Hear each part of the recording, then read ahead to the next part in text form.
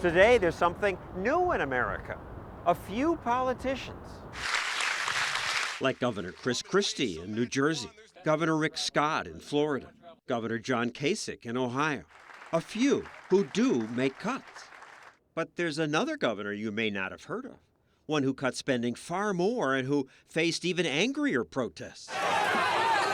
This happened in Puerto Rico 2 years ago. Thousands of union members clashed with police for days. They protested in front of the governor's mansion because they were upset that their new governor proposed cuts far bigger than Wisconsin's. But the governor just smiled and waved. Luis Fortunio says he had to make cuts because Puerto Rico's economy was a mess. Not just a mess. We didn't have enough money to meet our first payroll. Agrícola de Puerto Rico. Fortunio's predecessors had grown Puerto Rico's government to the point that 1 out of every 3 workers worked for the state. And the state was generous about giving out contracts. They couldn't care. The vendors will raise the prices, and they would just sign the contracts because it was not their money. It was the taxpayers' money. As a result, by the time Fortunio was elected, Puerto Rico was broke. Fortunio decided the government would handle money differently. We had to handle it as if it was our own money. The new conservative majority, the first in Puerto Rico in 40 years, passed Law 7, which shrank the state. So what'd you cut? Everything. I started with my own salary. I froze all salaries across the government. People must have screamed. You let 17,000 workers go. If you can't pay their salaries, what are you going to do? People called him a fascist, and worse, they said he should raise taxes instead of cutting government. We've heard that before. Our taxes, as it is, were as high as they could be, actually much higher than in most of the country. So what we've done is the opposite. He reduced corporate taxes from 35 to 25%. He reduced individual income taxes, and he privatized entire government agencies. Bring in the private sector. They will do a better job. They will do it cheaper. But government workers lost jobs. The unions hate you. Of course, they felt threatened. They were threatened. You cut 17,000 jobs. Some of them wanted to work with us and lower the government expenses, and some of them did and saved jobs. Others refused and lost jobs. One fired government employee threw an egg at the governor. You ducked. I ducked. But bottom line here is, they will try to push back at the right decisions because a lot of people will rather stay comfortable in the comfort zone and not do what needs to be done. The governor also cut his government's red tape. There was a lot of that, and that made it hard to open a business. 28 different business regulations and permits to open. Crazy. Today we've got one regulation. That's it. Didn't bureaucrats say, oh no, we need all these steps? Of course they did. There's a permanent government. A permanent government. That's common everywhere.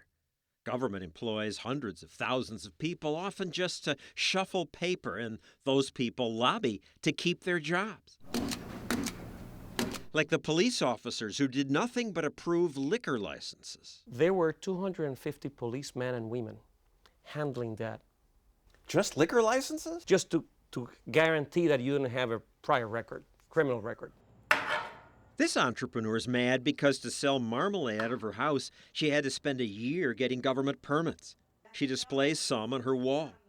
Even though her business is in her home, government rules required her to have an accessible bathroom. This woman's full-time job is helping businesses, mostly restaurants, wade through the maze. I said, you cook and I take care of the government, and don't worry. And now the new permit office says the rules are much easier. It's helpful to have everything in one place. Now she says it takes just 2 weeks to get permission to open a small store. How about a copy of Give Me a Break? This is my version of that. This one was in Delaware. You want to buy a Fox t-shirt? Delaware was said to be the most business-friendly state, but it still took me a week to get permission to do this. In Hong Kong, it took just 1 day. Thank you, sir. So the 2-week wait in Puerto Rico is still a handicap, but it's much faster than it used to be. Do you hear now from businesses responding to that? Of course. Walmart is expanding significantly, and Costco. 600 construction permits have been issued in the last few months. This drug company is expanding. We're going to get more employees, up to 450 employees. Coca-Cola's begin construction on a Dasani bottling plant that'll employ thousands. There are a number of restaurants are coming in from the mainland. Did you ever have a fired worker come to you and say, Governor, you know, I worked in the bureaucracy for 20 years. I would have never left. You fired me, but now I'm glad because I'm doing, Of course. People like that woman selling marmalade. She used to work for the government, keeping historical records. Being fired was hard. I feel bad because I have a big family. But now that she started her own business, she says getting fired was a good thing. I am my boss. So good, she named her company Law 7, after the law that fired her. It's good. For me, it's good.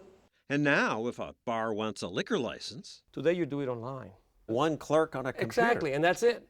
So we have those policemen and women out in the streets where they belong.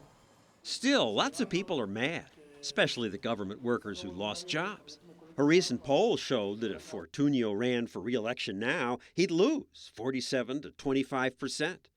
Fortunio says, so what? I don't need this job. I'm doing it because I want to do it. What do you mean when you say, I don't need this job? I come from the private sector. I enjoyed what I was doing.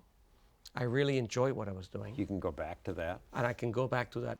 And over time, Puerto Rican voters may come to like his conservative government. Thank you very much. Ronald Reagan's popularity suffered when he made cuts.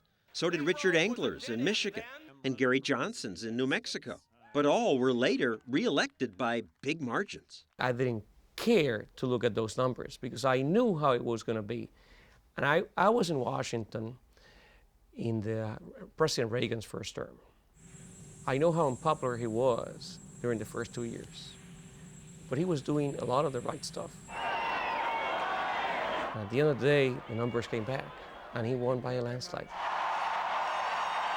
Fortunio's advice to leaders who want to shrink the state? Do what you need to do quickly, swiftly, like when you take off a Band-Aid, just do it and move on to better things.